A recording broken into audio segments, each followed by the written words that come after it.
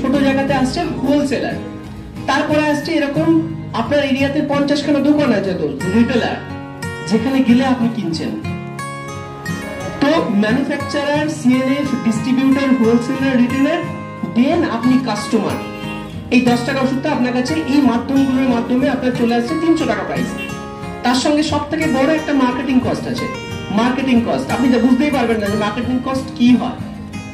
অনেকে নোটিস করেছেন, অনেকে আবার নোটিস করেন না। যারা ক্লিনিকে যান, রেগুলার যারা ক্লিনিকের চেকআপে যান, দেখবেন অনেকেই না ঠিক 2-4 জন 5 জন দেখবেন ব্যাগ নিয়ে ঠিক ঘোরাফেরা করেন।